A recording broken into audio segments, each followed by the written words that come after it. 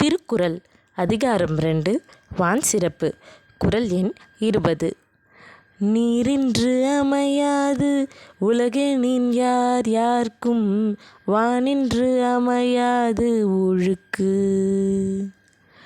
நீரின்று அமையாது உலகெனின் யார் யார்க்கும் வானின்று அமையாது ஒழுக்கு.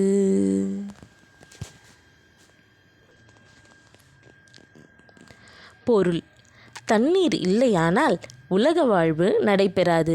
அதுபோல எல்லா மக்களுக்கும் மழை வளம் இல்லாத பொழுது நல்லொழுக்கமும் நிலை பெறாமல் போய்விடும்.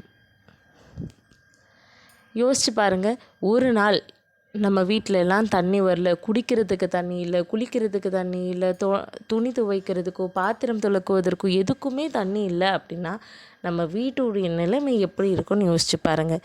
அதை தான் உணர்ந்து தண்ணீருடைய முக்கியத்துவத்தை, நீருடைய மகத்துவத்தை வள்ளுவர் இந்த குறளில் சொல்லியிருக்காரு. தண்ணி இல்லை அப்படின்னா இந்த உலகம் இயங்கிறது ரொம்பவே கடினமாயிடும். உலக வாழ்க்கை இயல்பான நிலையில் இல்லாமல் போயிடும். அதுபோலத்தான் இந்த உலகத்தில் மழையே பெய்யலை அப்படின்னா உலக மக்களுடைய நல்லொழுக்கம் அதுவும் குலைந்துவிடும். குளிக்கிறதுக்கு தண்ணி இல்லைன்னா யோசிச்சு பாருங்கள், குடிக்கிறதுக்கு தண்ணி இல்லைன்னா ஒரு சொட்டு தண்ணி கிடைக்கிறதுக்காக மனிதன் எந்த நிலைக்கு வேணாலும் போவான். நம்ம சொல்லுவோம் இல்லையா, பசி வந்தால் பத்தும் பறந்து போயிடும்னு. அந்த மாதிரி தான் தண்ணீர் தாகத்தை தீர்ப்பதற்காக, அதை தணித்து கொள்வதற்காக மனிதன் எந்த எல்லைக்குமே செல்வதற்கு தயாராகிடுவான்.